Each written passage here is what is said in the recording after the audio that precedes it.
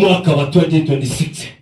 Ningeomba wewe ambapo unajua Bwana ananenaga, ukubali kuheshimu sauti ya Bwana na ukubali sauti ya Bwana iweze kukuongoza ndani ya maisha yako. Umejiongoza miaka mingi, umetembea miaka mingi, ile miaka uko nayo yote umejiongoza. Kama uko na miaka 20 umejiongoza, kama uko na miaka 25 umejiongoza. Omba Bwana this year, mwaka wa 2026, ikiwa ndio mwaka ambapo ni Sunday ya kwanza ambao ni ya kuweka foundation.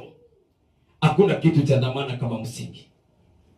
Hata katika ndoa hakuna kitu cha dhamana kama msingi, hata katika ujenzi wa nyumba. Hakuna kitu kizuri kama msingi, na ni vizuri tuelewe ya kwamba tunahitaji kuona msingi. Sunday ya kwanza ya mwaka wa 2026, msingi wa kwanza tuwe na imani kama ile iliyekuwa na mtumishi wa Mungu Ibrahimu. Imani ambayo ni ya kuamini Mungu yetu vizuri na kufahamu Mungu wetu hakuna kitu anashindwa.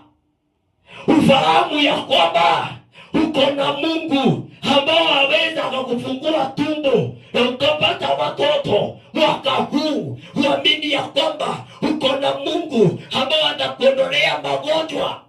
Uamini ya kwamba mwaka huu wale watu wamekuwa wakikucheka wataanza kucheka tena katika jina la Yesu, sababu utaamini Mungu. Lazima uinuke kiango ambao ni cha imani, ukaamini Mungu. Mwaka hiyo ingine kabla ulikuwa na imani ya kutokuamini Mungu. Maandiko inasema kuna watu wanaenda kwa Mungu wakipapasa papasa.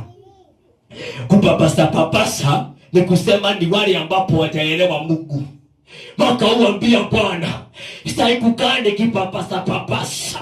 Nataka kukuona, nataka kukusikia, nataka kuona vitendo zako, nataka kuona maisha yako ukifanya mambo makubwa. Nataka kuona ndani ya boma yangu, nataka kuona kwa watoto wangu, nataka kuona kwa mume wangu, nataka kuona kwa mke wangu, nataka kuona kwa familia yangu, nataka kuona katika mimi mwenyewe ukijiinua, nataka kuona ukijitukuza.